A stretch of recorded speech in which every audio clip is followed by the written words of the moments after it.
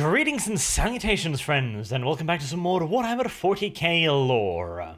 Today we are going to be talking about the Dark Eldar, and more specifically, how these mischievous little sadists invade planets. Now, of course, the Dark Eldar very rarely wish to invade and hold a planet for any lengthy period of time. They are well aware of the fact that basically absolutely everyone hates their fucking guts, and some to a considerably more obsessive degree than others.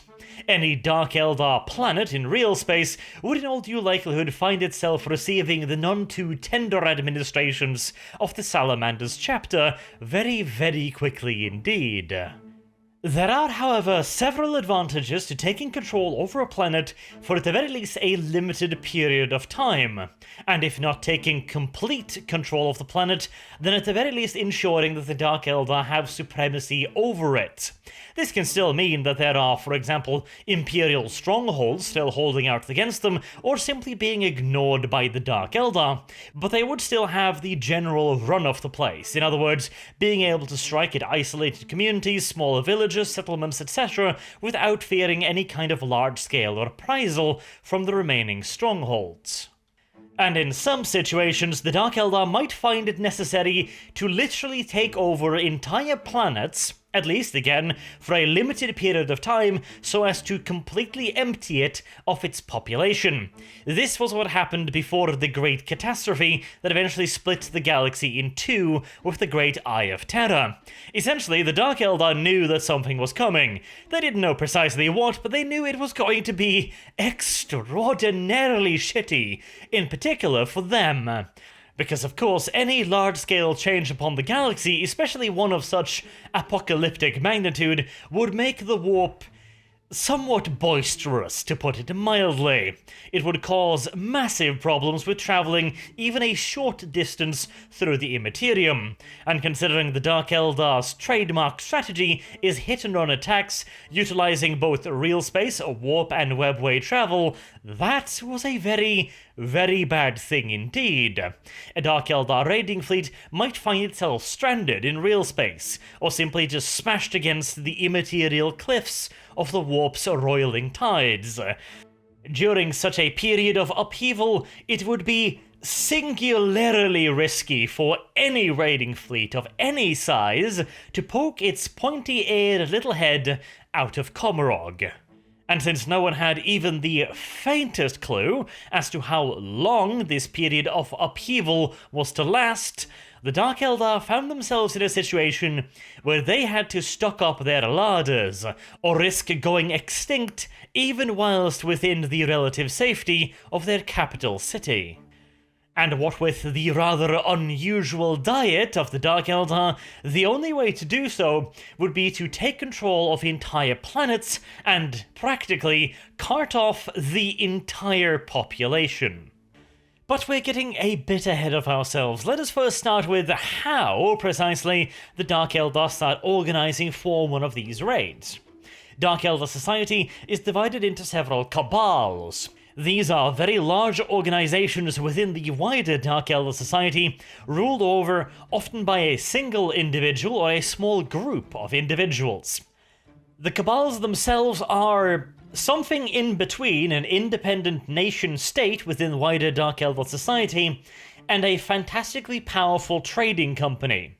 Essentially, they are the organizations with enough wealth, enough manpower, and enough clout in Eldar society to organize real space raids, which are absolutely terrifically expensive endeavors. Supplies, ammunitions, ships, transport, astropaths, navigators, the service of the homunculi, etc., etc., etc. These things are very, very expensive to organize, and for the vast majority of Dark Eldar society, even just participating in a raid is far, far out of their reach. But in return for these astronomical costs, the raids can also produce astronomical profits. I've already touched upon this subject in the Dark Eldar video, so I highly recommend you go watch that as well. But just as a quick refresher course, the Dark Eldar are cursed by Slaanesh. They are constantly losing tiny snippets of their soul being fed to she who thirsts. And if they cannot replenish their souls, they will eventually be devoured by Slaanesh, which is the absolute worst fate possible for any Eldar. It would be like if a human went to hell. That's a pretty shitty situation. For a Dark Eldar, hell is about 15 times worse. You could quite easily say that hell was specifically designed to fuck with the Eldar, and the fact that it is also a uniquely unfortunate experience for humans is merely a fortunate side effect. Luckily for the Dark Eldar, and less lucky for everybody else, they have figured out a way of transferring certain energies, usually powerful emotions caused by fear and pain and these things, and also extreme adulation and excitement, to regenerate the soul and the body. This allows the Dark Eldar to essentially regenerate themselves, both spiritually and physically, by taking part in extreme experiences. Slowly torturing to death a captive, for example, will have this effect. Or participating in one of the massive Dark Eldar Witches games, either as an audience member or as an active participant, willing or unwilling, will also have this regenerative effect. But there is a problem. You see, Dark Eldar can feed upon the energies of other Dark Eldar, but since they are essentially in possession of a percentage of a soul, rather than a full soul, they are not able to put out the extremity of emotion that other creatures will. As such, whilst many Dark Eldars literally have to live off one another, that would be like living on a barely subsistence level diet. It would be close to starvation in all due essentiality. You could do it if you were desperate, but it would not be comfortable, it would not be effective, and you would do almost anything you could to not have to do it. Naturally, this leaves the Cabals, the only organizations with the wealth and resources required to launch real space raids, and therefore bring back fresh souls, in a phenomenally powerful position. They have the most cornered of cornered markets to sell their goods to. This grants them incredible levels of power and influence within Dark Eldar society, along with vast mountains of Munmuns, but it also places them in a, shall we say, somewhat precarious position. As long as the hunting is good and they're able to bring back booty, they will be able to maintain their position within Dark Eldar society.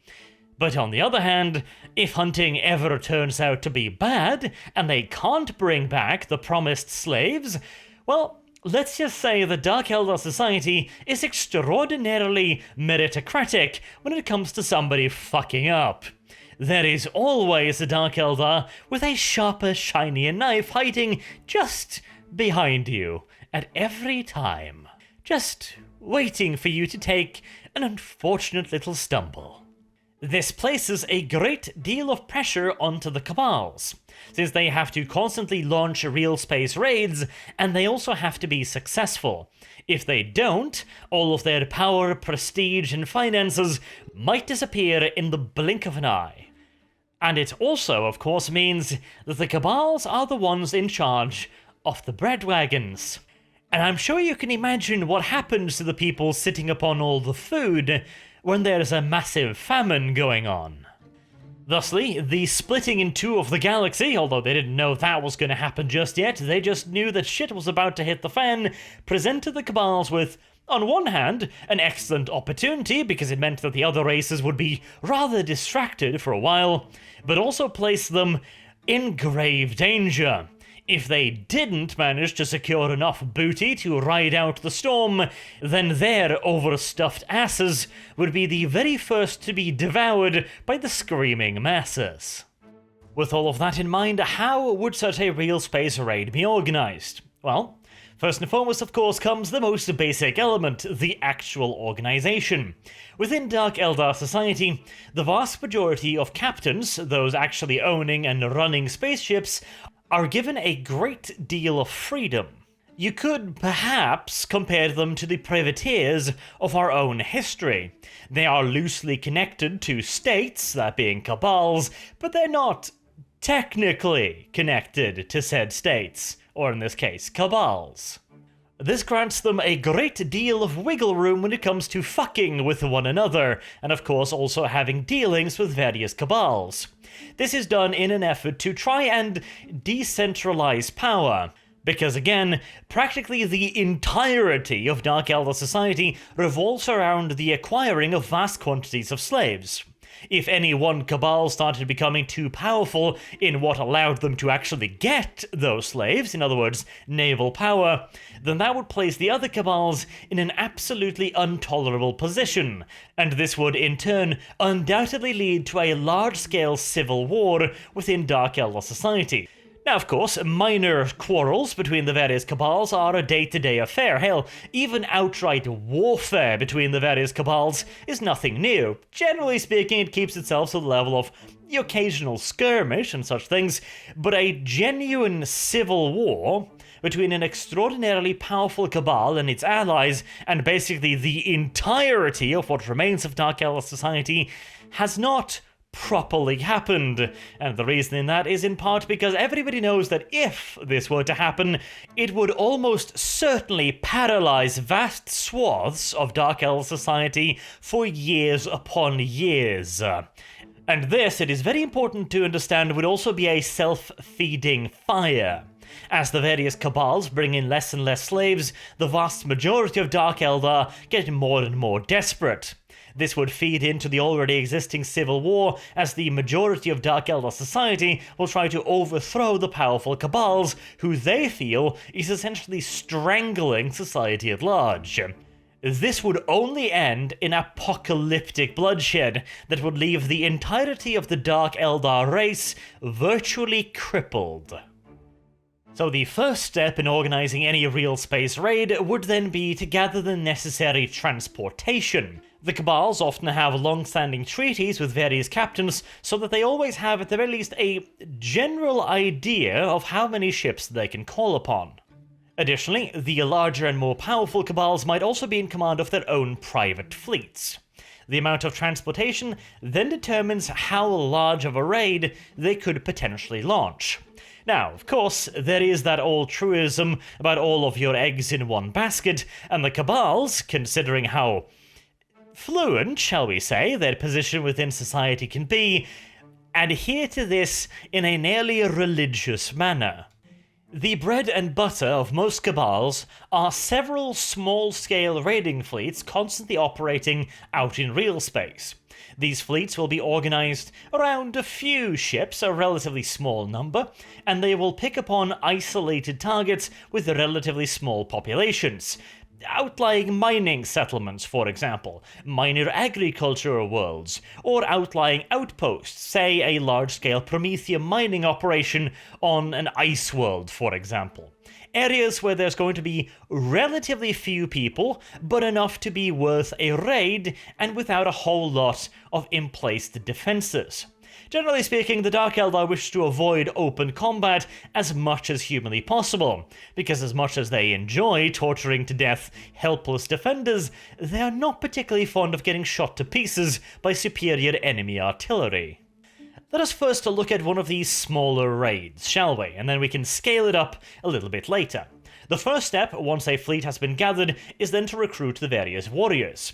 Most cabals prefer to go in-house with this whenever possible, bringing their own Cabalite warriors and specialists, enticing homunculi to come along with them to help fix up some of the unavoidable battlefield casualties, and they might also call upon various contracts or invitations offered to witch cults to bring them along as well, in return for a piece of the pie, shall we say.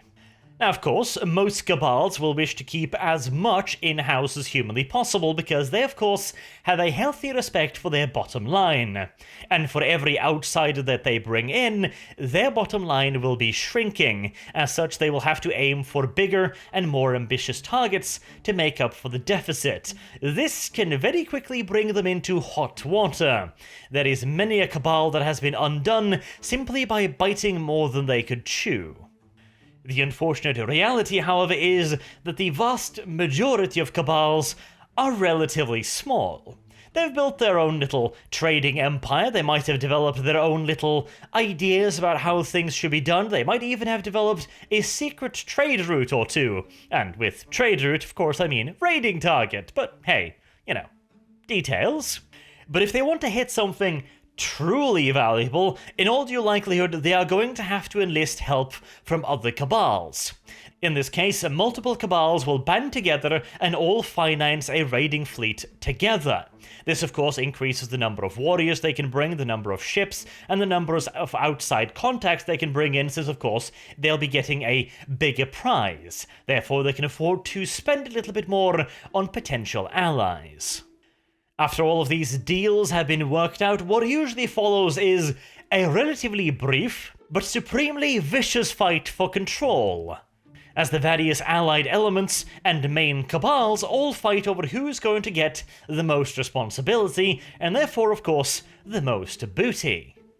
Of course, a lot of this will already have been decided ahead of time in the various deals made, but no self-respecting Dark Eldar will ever consider a piece of paper to trump a little bit of good old-fashioned backstabbery to further one's personal and ever-so-righteous goals. Finally, when the little kinks in the leadership have been suitably hammered out, the fleet can start deciding on their target. Generally speaking, the target will have been decided long before the recruiting process even started, since finding a target really is one of the biggest problems. The galaxy is a vast place indeed, populated mostly by absolutely fucking nothing, and the various populated planets are few and far between. Additionally, the 41st millennium is a terrifically dangerous universe. As such, lightly defended worlds are even fewer and far between, because they tend to disappear under mysterious circumstances. Nevertheless, relatively lightly defended worlds is exactly what the Dark Eldar are looking for. You have to remember, they are somewhat cowardly creatures, but then again, if when you died you knew for a fact that you were going to hell, specifically designed to fuck you for all eternity, you'd probably be rather cowardly as well. Thusly, the Dark Eldar will only go after particularly dangerous targets if the payoff as well is extremely valuable. But of course, everything has a price. You see, Dark Eldar are a little bit different from their regular Eldar cousins. They have access to the infinity web aboard their craft worlds. They can craft themselves spirit stones, so that when they die, their spirit will simply begin inhabiting this crystal. The gem can then be placed within the infinity circuit, and the spirit within will essentially go to a pseudo-heavenish thing, or at the very least it's going to be a hell of a lot better than going to the alternative place. The Dark Eldar, however, do not have access to this technology, and whilst they might be able to replicate it, well, let's just say that having your spirit stored in a central network requires a great deal of trust in your brethren, something that is in remarkably low supply in Dark Eldar society. Instead, the Dark Eldar make use of the services of the homunculi. They were the original Dark Eldar, and some of them have been around since the time of the Fall. They found various ways of prolonging their own life, including the taking of the souls of others to regenerate their own. They have also lived for so very long that they've gotten rather bored with the usual existence and have developed some downright nasty fucking hobbies, including often the mutilation, torture, and reconfiguration of other living creatures. As a side effect of this hobby is that they become absolute masters at keeping their victims alive. This can also be utilized for slightly less macabre purposes within a Dark Eldar raiding fleet. They will offer their services of regeneration, reinvigoration, and in some cases downright resurrection for extortionist fees. Mind you, pretty much the only ones within Dark Eldar society that can actually afford their services are those who serve a cabal, since they are of course allowed to go on raiding expeditions and therefore are able to bring back slaves who again sell for an even more extortionate price. Thusly, most cabal warriors will be able to afford at least one, maybe 2 sessions with the homunculi, which minimizes their risk of dying permanently. Of course, if they get caught in a particularly large blast, or they can't find enough of the warrior in question to regenerate him, then he's shit out of luck. So even with the services of a homunculi, they're not guaranteed to be able to return alive for an expedition, but their odds are certainly a hell of a lot better than if they didn't have them. This can also be a massive lure for the Cabal. Let us say that they've been able to acquire the services of a particularly skilled homunculi, and they are able to provide a discount to the rest of their warriors. Such an expedition can quite reasonably expect to have a lot of volunteers. And now, before we move on to the actual invasion part, the taking of slaves, the torture, and all of the horrible stuff, let me allow you to feel a bit of sympathy for the victims who are about to get butt-fucked by the Dark Eldar by teaching you what it means to suffer through a commercial break. Now, let us move on to the actual choosing of a target. The Dark Eldar are, of course, on a certain clock when it comes to finding a target worth striking, because they will of course have to live off their proceeds whilst they are doing so, and without continuous raids, they will have to tear into their very limited resources. The bigger the Cabal, the longer they can afford to scout for new and promising targets. Again, however, the galaxy is a very, very large place indeed, and if you had to scour it all manually, then you're probably in deep shit, especially considering the fact that, relatively speaking, there aren't that many Dark Eldar. Their numbers could perhaps be measured in the billions at the most, and whilst that might sound like a lot, considering the relative size of the goddamn galaxy, that is absolutely nothing. A favoured means of finding new hunting grounds is by cooperating with the various other races in the galaxy. Now, you might imagine that nobody would... Now, you might think immediately that nobody in their right mind would actually cooperate with the Dark Eldar. That, after all, sounds like a deal with a great deal of risk for potentially very little reward. However, the Dark Cousins of the Eldar are well aware of their somewhat dodgy reputation. They are also aware that many races can't tell the difference between the Dark Eldar and their Craftworld cousins, because the Craftworld versions also have their fair share of Corsairs, who essentially act as pirates ravaging various systems. They are considerably less dodgy than the Dark Eldar, although they're certainly not exactly shining beacons of trustworthiness either. Still, they are considerably more trustworthy than the alternative. Thusly, the Dark Eldar might try to pass themselves off as simple Corsairs, or if they decide to reveal their true nature, they will make sure that what they are offering is of such considerable value to the person they are contacting that he can't possibly refuse. And of course, as wide as the galaxy is, it can also be uncomfortably small for certain people's ambitions. Let us, for example, say that you have an Imperial Planetary governor. He is currently in a rather vicious trade war with a nearby Forge world. They are undercutting his world's exports in almost every single way. Trade is plummeting, and he is looking at what could possibly be a very nasty recession. Then a shadowy figure appears and says, "Hey, you know, if you were able to send out a signal that might distract the defenders of this particular Forge world, lure away their fleet, for example, with tales of some recently discovered archaeotech, Perhaps you could even give us some idea of their defenses by having an official visit to them, a visit of friendship in which you wish to inspect their planetary defense forces. If you could do some of these things, maybe we could find some way to weaken their influence upon the local market.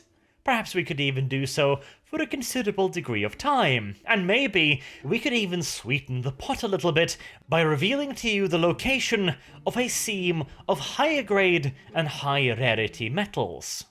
And finally, of course, we will promise to not fuck with your planet. Come to think of it, it's not really such a bad deal, is it?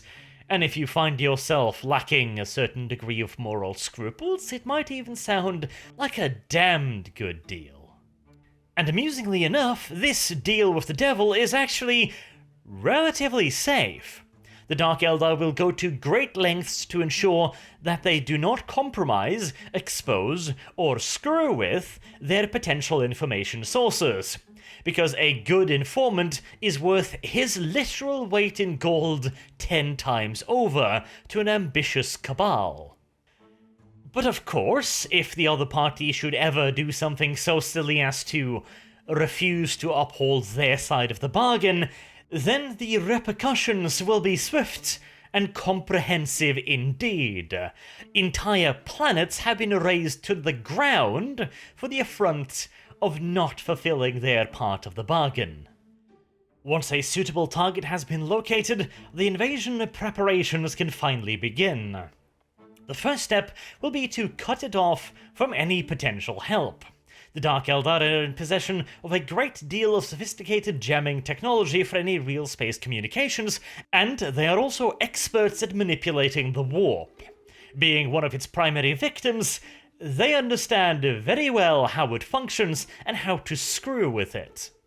Using this knowledge and technology, they will try to cut off all communication exiting the planet, both in case of real space communication and of course astro-telepathic communication. This is so that once they start their spooking campaign, the planet can't simply just yell for help and expect to receive it.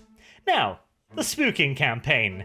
This is an actual thing, which the Dark Eldar do partially for practical purposes and partially for more fancy purposes, shall we say. Once they have fully isolated the planet in question, they will begin broadcasting various spooky radio signals. Quite literally. They will try to scare the absolute shit out of the population using various psychological warfare tactics.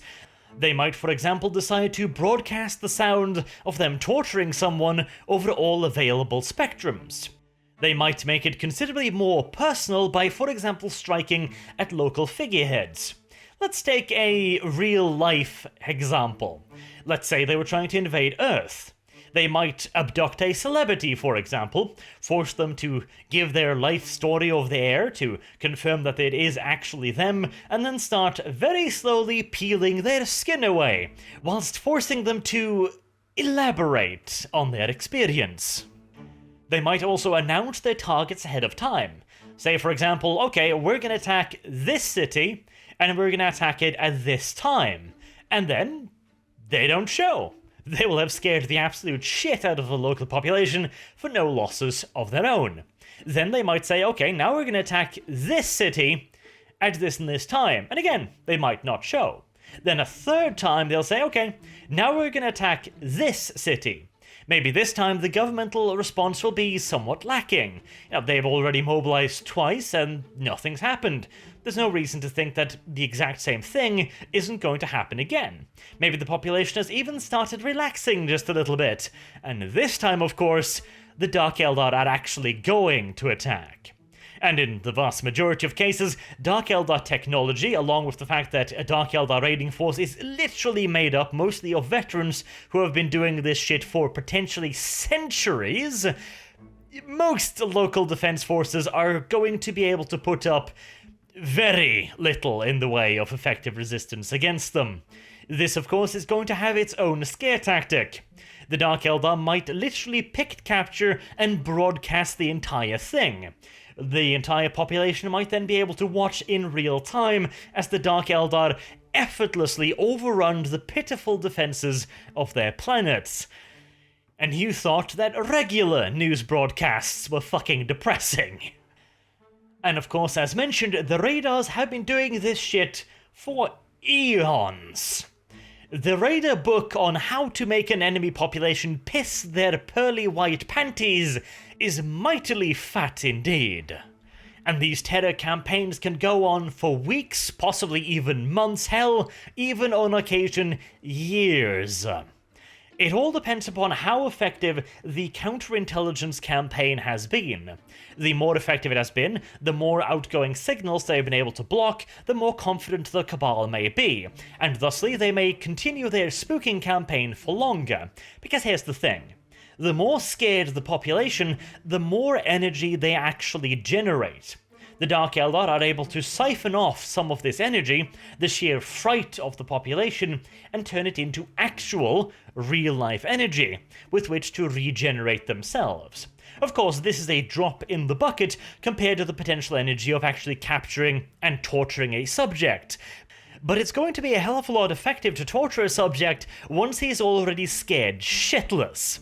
It is a well-established, if somewhat inhumane practice for somebody who's preparing to torture someone to show them the tools they're going to be using, and to explain in great detail how they function. The Dark Eldar tactic of scaring the shit out of population for literal weeks, months, and years is essentially a more elaborate version of this. There is, of course, a level of diminishing returns, but generally speaking, the longer a Cabal is able to torture a population psychologically, the more energy, let's just use that term, they'll be able to draw from them in the long term. This could potentially turn a relatively small population to a far more valuable commodity. It would be far more effective for them to psychologically torture a population of 10,000 people over 6 months than it would be to psychologically torture a population of 100,000 people over 2 weeks. It's basically kind of along the same lines as the theory of slow cooking.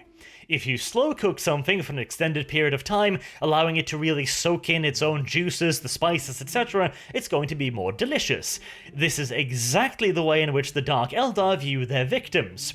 A human who has been able to stow in his own terror for months is going to be a far more delicious treat than one that's been merely scared a little bit over the course of a couple of days. Again, however, we return to the concept of time. Whilst the Dark Eldar raiding fleet is doing this, the Cabals involved are constantly tearing away at their own, already fairly limited resources. And the various leaders of the Cabals might also be in rather heated discussions about how long they should put off actually attacking and harvesting the world's population. This can lead to a fair bit of friction between the various elements, even outright warfare, and the overall leader of the raid needs to balance the potential benefits from holding off a little bit extra in comparison to the potential detriments of having his fleet literally start shooting itself.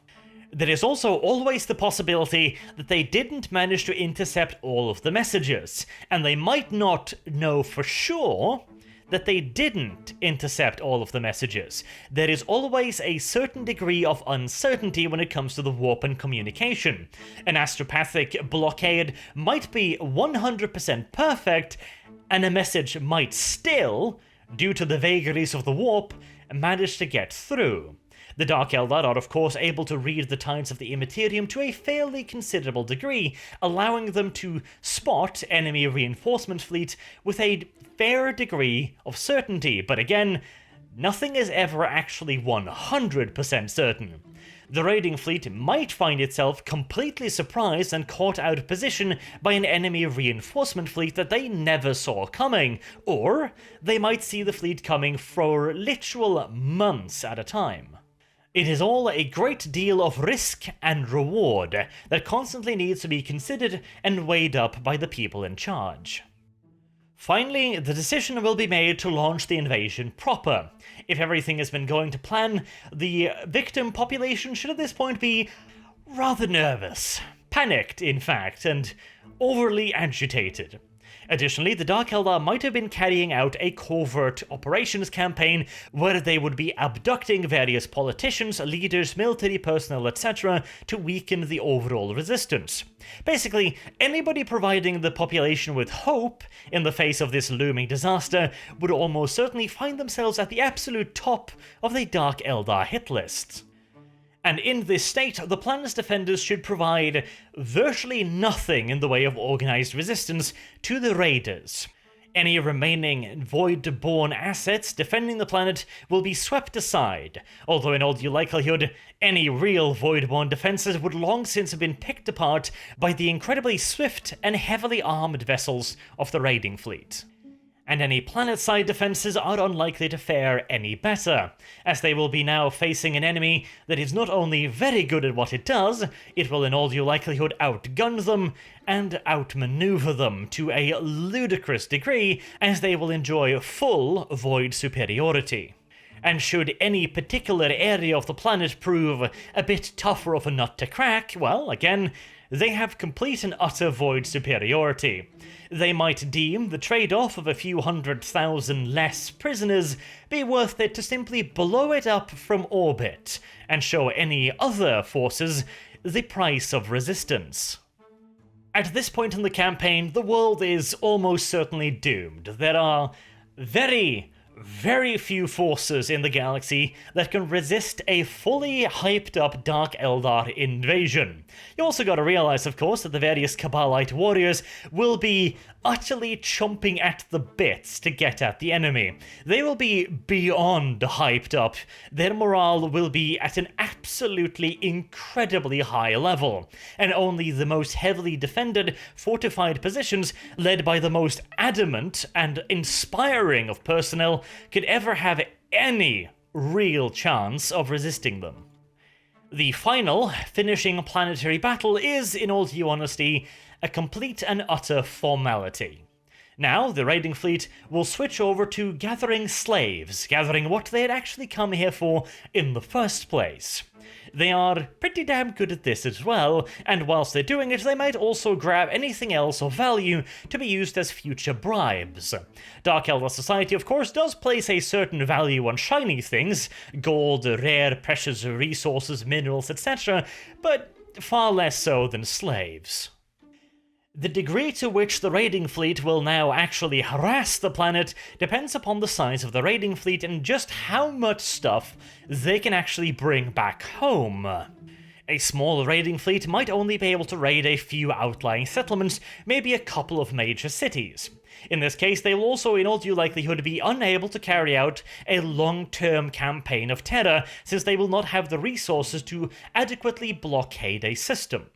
In this case, the raiding fleet will make all due haste towards the planet, sweeping aside any void-born elements, or simply scaring them enough to keep them out of their way, whilst they launch a rapid, blitzkrieg-style assault upon their target. They'll grab whatever they can as quickly as they can, and simply leave as speedily as possible.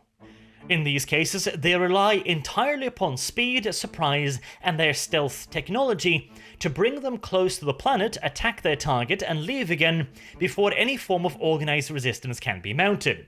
Any local village garrison or militia is not going to be putting up anything in the way of resistance against an organized Dark Eldar raiding force. And now, finally, with all that being said, let's actually look at how this might all go wrong, because this all sounds like an absolute cakewalk, and indeed, if the raiding force is allowed to do what it wants to do, it is. If they're able to act with surprise, there's very little that can stop a dedicated Dark Eldar force. If they're allowed to terrorize the absolute shit out of system for months, again, there's very little the defenders can actually reasonably and realistically do. However, let's say that a message actually did get out. The Dark Eldar do not have a particularly powerful navy. It is a hit-and-run force. If it is forced into a slugging match with a superior foe, it will be absolutely mauled. Additionally, if the enemy is able to deploy forces to intercept the enemy once they are landing, as of course they will have to make landfall and then move out, that can also spell absolute disaster for the Dark Eldar. If, let's say, for example, a powerful and fast-moving force like a Space Marine spearhead is able to intercept them during the landing process, that will end very, very badly indeed for the Dark Eldar. The best strategy available for an Imperial Commissar, the best strategy available for an Imperial Planetary Governor would be to simply lock down everything he can. Confiscate voxcasters, pict recorders, anything and everything that can receive or transmit signals, and allow only a few, that mostly being officers in the Imperial Guard, to operate radio equipment, and even then only under strict guard, preferably from ecclesiarchy or commissariat personnel. If we're just talking a local PDF force, then you're fucked. Simple as that. There are very few PDF garrisons in the galaxy that will stand any chance whatsoever of stopping a Dark Eldar raiding force, even if the Planetary Governor does everything perfectly correct. They simply won't have the experience, the equipment, the discipline, and the sheer veterancy to put up much of a fight. If, however, he is in command of some decently disciplined and high morale troops, the second step would be to organize them in one out of two fashions. The safest would be to organize all of them in a few limited areas of high value, cities and easily defendable positions, and then evacuate as much of the population to these areas. Just like their naval elements, the Dark Eldar do not do well in lengthy attritional combat. They will be able to overrun quite a lot of defenses due to the fact that their technology is vastly superior to that of the Imperium. They can crack open bunkers like eggshells with their highly powerful weaponry, but you're still in a hell of a lot better position like that, buried deep down in bunkers, utilizing dug-in artillery emplacements, tanks, and perhaps even the artillery positions of a hive city, than you would be in the open, taking them on in a speed battle that you're almost certainly going to lose. Additionally, if you can present the raiding fleet with what appears to be a determined resistance, multiple bunker lines, anti-air defenses, prepared artillery positions, etc., etc., the Dark Eldar might simply, due to the fact that they don't want to get killed, decide that it's not worth the risk, and simply just raid outlying villages and anybody who didn't make it to safety.